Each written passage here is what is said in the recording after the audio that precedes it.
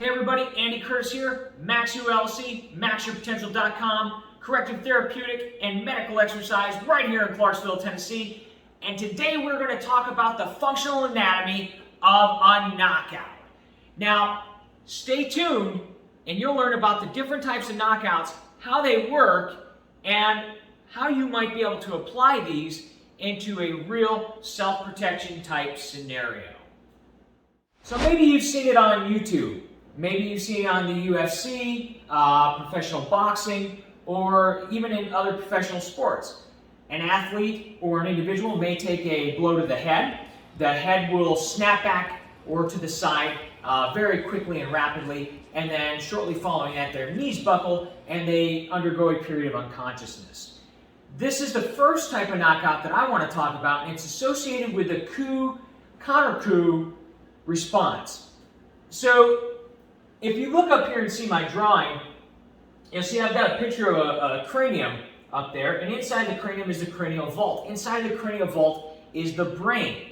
Now, I don't want to insult anybody's intelligence here, but the brain is our basically CPU, or central processing unit for the entire body.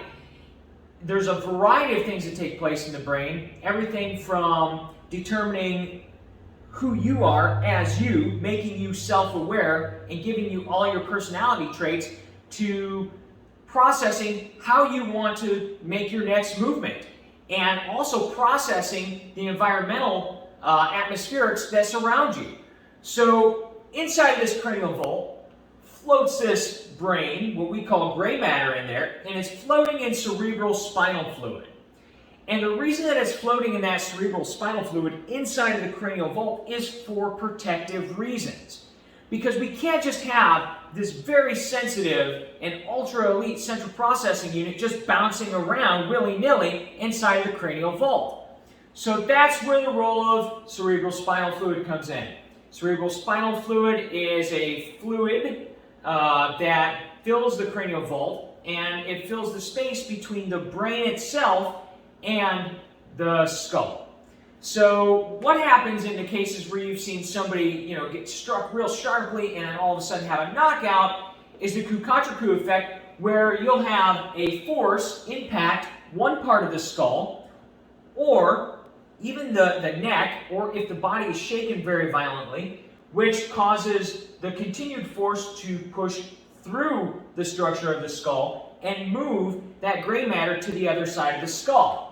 Now, depending on the amount of force which the skull is struck or the body is shaken, will depend on the amount of force of the impact on the opposite side of the skull. And that's what we have as the Coup counter-coup, which is the basically changing of forces effect inside of the brain. And this is based on the amount of force that the original impact has.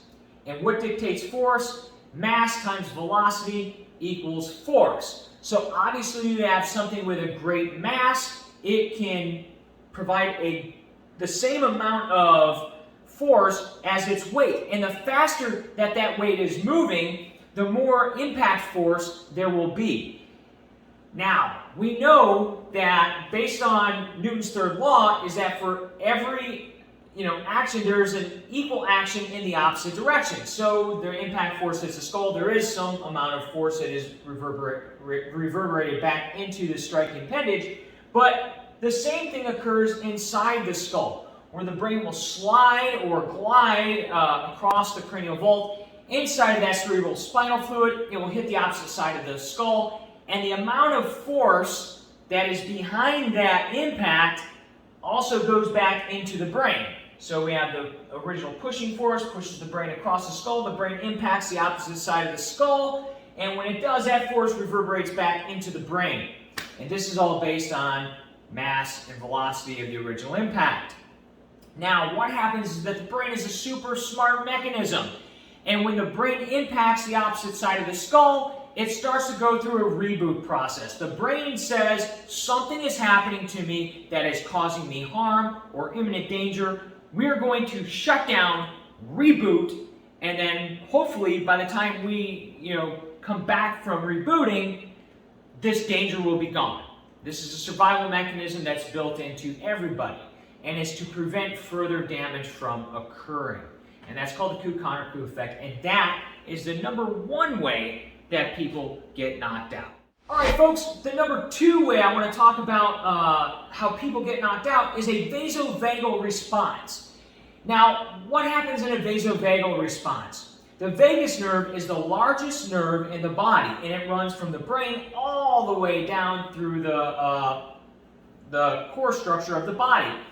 And the vagus nerve can impact the way that the rate of the heartbeat, but also it can cause dilation of the blood vessels. And not just dilation, systemic dilation.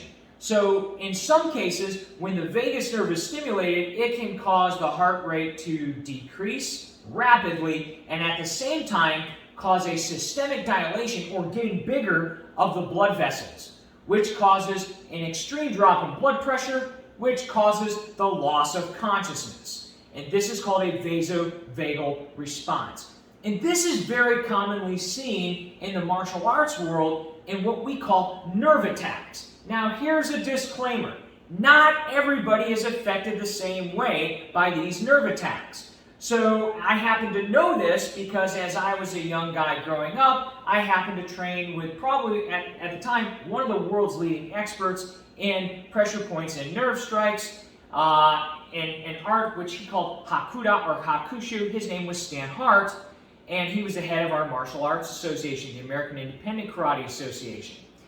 And I would go to all of his training seminars, all of his training classes, and I would watch him do these techniques on a variety of people. He was very selective in who he chose to do these techniques on because he knew who was most susceptible to them. And I can tell you, not everybody experiences a vasovagal response when these nerves are attacked. The vasovagal.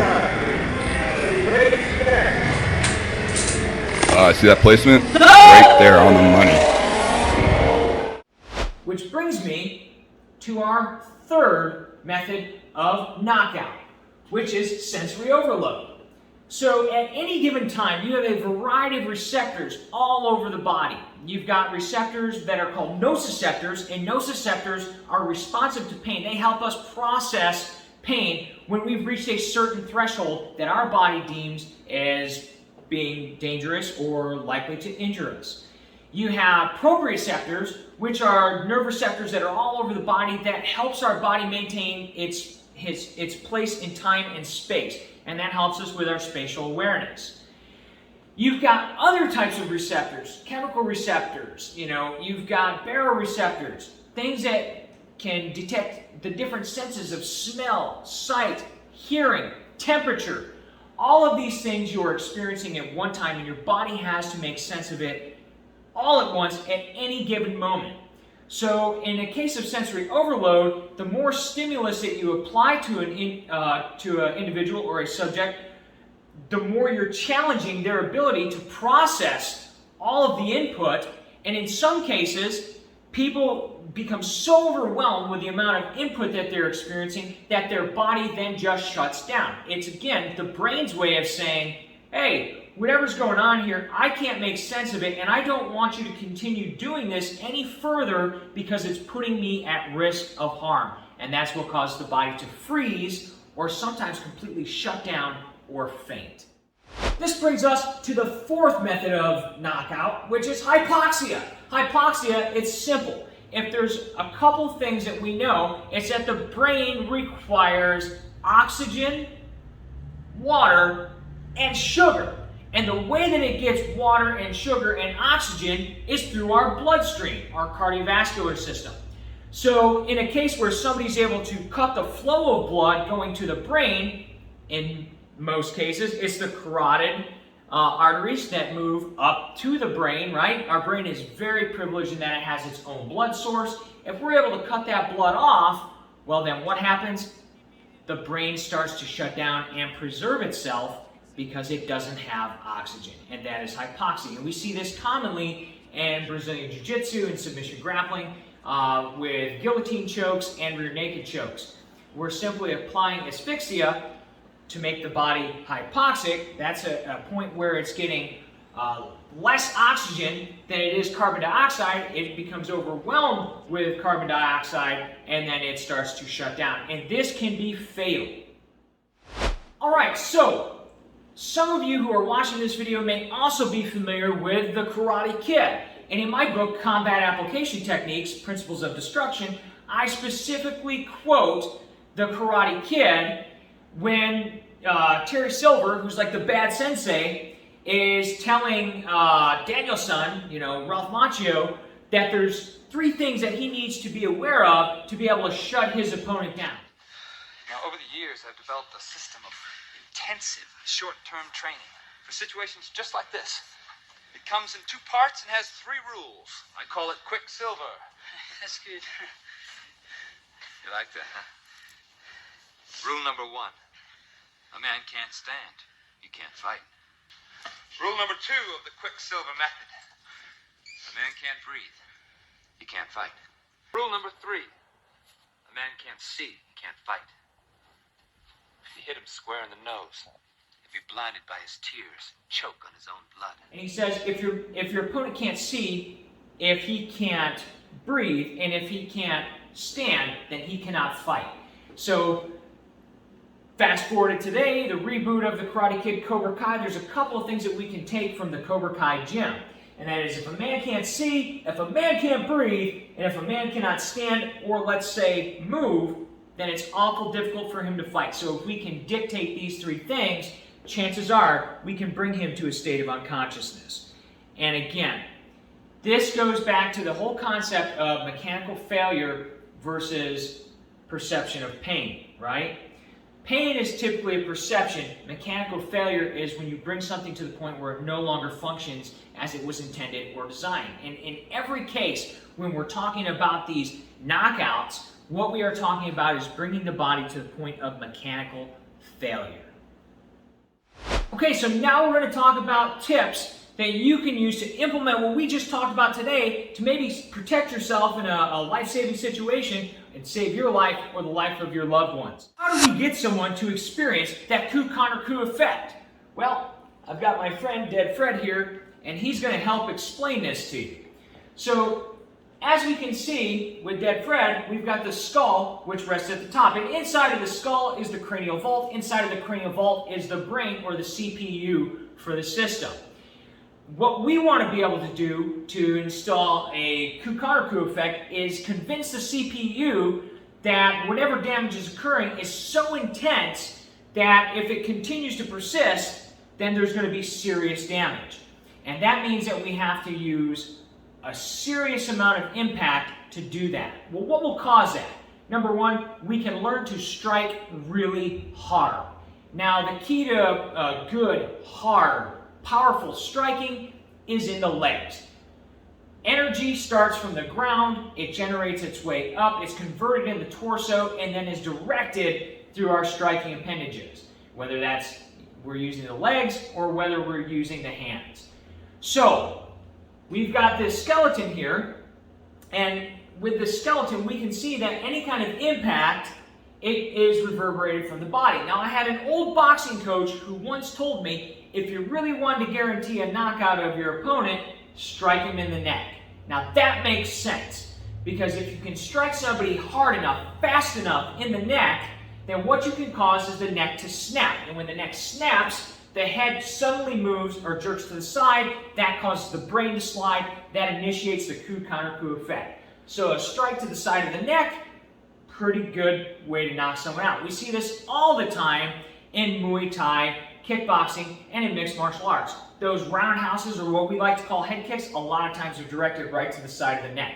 Now, those are extremely impactful strikes because on top of striking the neck, which can cause the Coup contrecoup effect by causing the head to jerk, it also strikes a massive bundle of nerves called the brachial plexus. And as we can see on Fred here, we've got all of these cervical nerves and the upper thoracic, a couple of upper thoracic nerves that come together right here in the side of the neck and in the upper trapezius, right here, in this area that run down to the arm. This massive nerve plexus can cause sensory overload on top of the Coup contrecoup effect. So, We've got a massive influx of force delivered to a nerve plexus. At the same time, the neck jerks or shakes, and it causes the cranium to slosh inside of that cranial vault. You've got two different ways there that you can impact a knockout. Also, if the person is subject to a vasovagal response, the vagus nerve runs all the way up the center of the body, all the way up to the brain, and guess what? The neck, if you're striking to the neck, you're awful close to that vagus nerve, which just runs on either side of that carotid or jugular. So, neck strikes, a great way to knock somebody out. A strike to the head, a strike to the jaw, which can cause the head to turn. You remember, we're looking at a skull, so if I can strike it at the cheekbone gives me leverage, which can cause the head to turn quite rapidly. And when we get the head to turn very rapidly, we can cause that brain to slosh very quickly, and that therein would cause the Coup-contrecoup effect. Alright, so we talked about the Coup-contrecoup effect. Now let's talk about a simple technique that you can use in a self-defense type scenario to employ this Coup-contrecoup effect. We're going to use a technique called the open hand strike, okay? Or in some cases, we call it a diversionary or distractionary slap. And I'm going to tell you that when you deliver this slap, you're not going to deliver it like you see the girls out on the school ground, the playground doing it, where they just kind of slap each other with the arm. You're going to deliver this slap like you would deliver a hook punch. The hand is going to be open, the arm is going to remain tight to the body. You're going to generate force from the ground with your legs. You're going to drive across with the torso, keeping a lock-fixed arm, strike the target, moving through the target, and then, of course, you're going to follow up with a successive technique. What you never want to do is throw one strike and think that that's going to end it. So you're going to want to come up with a combination. And a simple combination that we're going to use it from a defensive type scenario. The hands are going to be up and open, showing our attacker, hey, I don't want any problem with you. We're going to go into a nice fighting position. I'm left-handed. My left leg is going to go forward. My left hand is going to go forward. I'm basically going to show a position that I'm in a non-threatening position. My hands are up to guard my head and protect my head. My left hand is slightly further ahead than my right hand. And what that does, I'm going to strike with my right hand. I want my power hand in the back so I can generate as much force as momentum as possible when delivering my first strike. And I'm going to use the lead hand as kind of a means of setting up a trap. It's a form of measuring distance with my target. So if my target happens to close the distance and they come into contact with my hand, then they assaulted me. They made first contact. I then use that to push them away, which will cause, in turn, their head to turn, because I'm going to push the opposite shoulder, head turns, and that opens up the entire side of the head. So if I happen to strike the side of the head, causing the head to snap sharply, that's great. If I happen to hit the neck and hit the brachial plexus and the brachial nerve bundle, that's great. Or the jugular carotid, that is all great. But what I really want to do is try to deliver as much force as quickly and as fast as possible to cause that sharp head movement. Then, once I deliver the slap, I'm going to follow up with a hammer fist strike and an elbow strike. So it's going to look something like this. Sir, stay back, sir, I need you to stay back. They come in close contact with the hand, strike through the head, hammer fist strike to the head, the neck, the clavicle region, grab, elbow strike to the face. Again from another angle. Please stay back as he comes into contact with my lead hand. That winds me up for the slap. Slap comes across like a Mike Tyson hook. Back, sir! Down, sir! Down, sir! Sir, stay back. I need you to stay back, sir. See, please stay back. Back, sir! Back, sir! Back, sir! Back, sir! Back, sir. I need you to stay back. Please stay back, sir. Stay back. Back, sir! Back, sir! Back, sir! Sir, stay back, sir. Stay back, sir. Back, sir! Back, sir! Back, sir! Alright, so let's talk about cutting off the blood supply or instilling a hypoxic type effect in our opponent or our adversary. Here I've got a grappling dummy. This is a great grappling dummy. I use it all the time for training at home. The wonderful thing about a grappling dummy is I can do anything to this guy and he doesn't get hurt. What I want to do is I want to demonstrate a very simple blood choke to you guys using this grappling dummy. And this simple blood choke is one that you could use at home. However, I would tell you that if you're going to use a training partner and not a dummy, when applying the choke, as soon as the person getting the choke applied to them starts to feel that their eyes are getting a little bit blurry, that they may be losing consciousness, they should tap out immediately so that you can release the pressure of the choke and that they do not go to complete unconsciousness. Now, the choke that I'm going to demonstrate is called a rear naked choke. The first thing I want to do is I want to create a seal. Now, the seal isn't here because I don't want to put pressure on the trachea, which would just cause air to cut off on the trachea, and it's not as effective as if I can cut the blood off. So what I'm going to do is I'm going to take the crook of my elbow, I'm going to place it in line with the subject's chin. I'm going to slide that arm up and in like so. So what I'm doing is I'm creating a point of tension on both the carotid and jugular arteries on both sides of the neck. On both the forearm side here and the bicep side here. As I put that in, this is what we call the seal.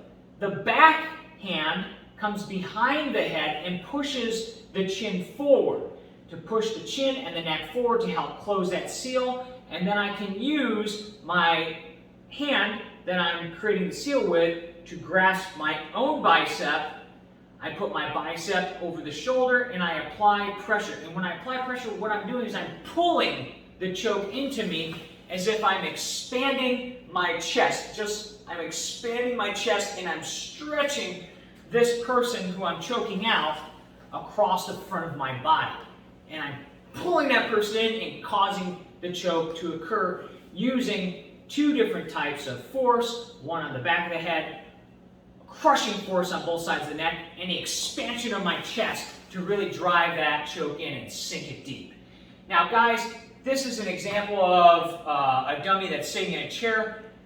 I find that this choke is best applied in a ground fighting scenario if you have the opponent's back and are either on top of them or they're on their back and you have your belly to their back and you're able to sink the legs in to keep them from moving.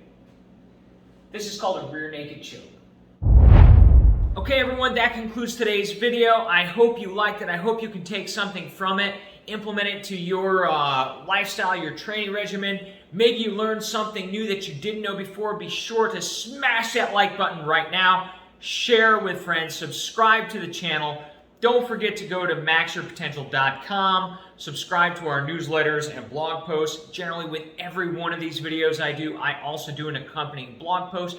I do it with high quality, magazine quality articles because I also write for several different publications out there, and I try to bring that quality to my website free of charge to the subscriber.